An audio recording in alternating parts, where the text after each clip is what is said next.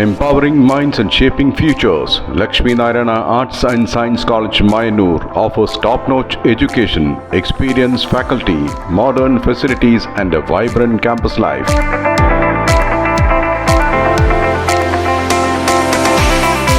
Join us for a journey of learning, growth and success. Admissions open, Lakshmi Narayana Arts and Science College, Mayanur.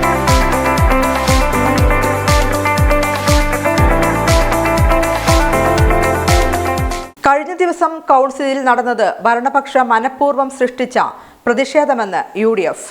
സമാധാനപരമായി നടക്കുന്ന council അടിച്ചു പിരിയുന്നതിനായി ഭരണപക്ഷാംഗങ്ങൾ മനഃപൂർവ്വം സൃഷ്ടിച്ച പ്രതിഷേധമാണ് കൗൺസിലിൽ നടന്നത് എന്ന് UDF കൗൺസിലർമാർ. ഈ പ്രതിഷേധം കാരണം അജണ്ടകൾ പാസാക്കാതെ യോഗം പിരിച്ചുവിടേണ്ട അവസ്ഥ ഉണ്ടായി എന്നും UDF അംഗങ്ങൾ ആരോപിച്ചു. കഴിഞ്ഞ കൗൺസിലിൽ നടന്ന പ്രതിഷേധത്തിനിടയിൽ വന്ന പരാമർശം അന്ന് അംഗീകരിക്കുകയും പിന്നീട് നടക്കുന്ന കൗൺസിലിൽ പ്രശ്നമാക്കുകയും ചെയ്യുന്നത് യോഗം സമാധാനപരമായി നടക്കരുത് എന്ന ലക്ഷ്യത്തോട് തന്നെ എന്നും UDF അംഗങ്ങൾ വ്യക്തമാക്കി. ഭരണപക്ഷ കൗൺസിലർമാർ തന്നെ പ്രതിഷേധം നടത്തി കൗൺസിൽ പിരിച്ചുവിടുന്നത് ശരിയായ രീതിയല്ല എന്നും UDF വ്യക്തമാക്കി.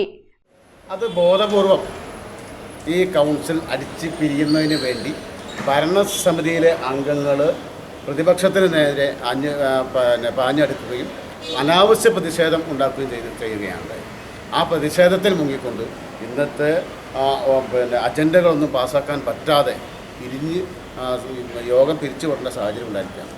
ഇത് ഒറ്റപ്പാലം നഗരസഭയുടെ ചരിത്രത്തിൽ ആദ്യത്തെ ഭരണപക്ഷത്തിൻ്റെ ആളുകൾ തന്നെ പ്രതിഷേധമുണ്ടാക്കി ഒരു കൗൺസിൽ യോഗം അലങ്കോലമാക്കി അടിച്ചു പിരിയുന്ന സാഹചര്യത്തിലേക്ക് എത്തിയിരിക്കും.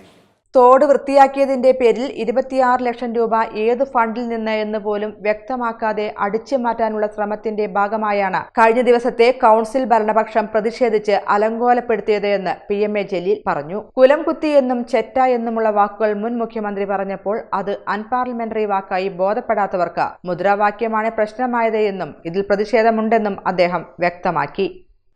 ഇവിടെ പരനാറി എന്ന് മുഖ്യമന്ത്രി വിളിച്ചപ്പോൾ ഇവിടെ കുലംകുത്തി എന്ന് മുഖ്യമന്ത്രി വിളിച്ചപ്പോൾ ചെറ്റ എന്ന് മുഖ്യമന്ത്രി വിളിച്ചപ്പോൾ ഇതൊന്നും അൺപാർലമെൻ്റായി ഇവർക്കാർക്കും ബോധ്യപ്പെട്ടിട്ടില്ല.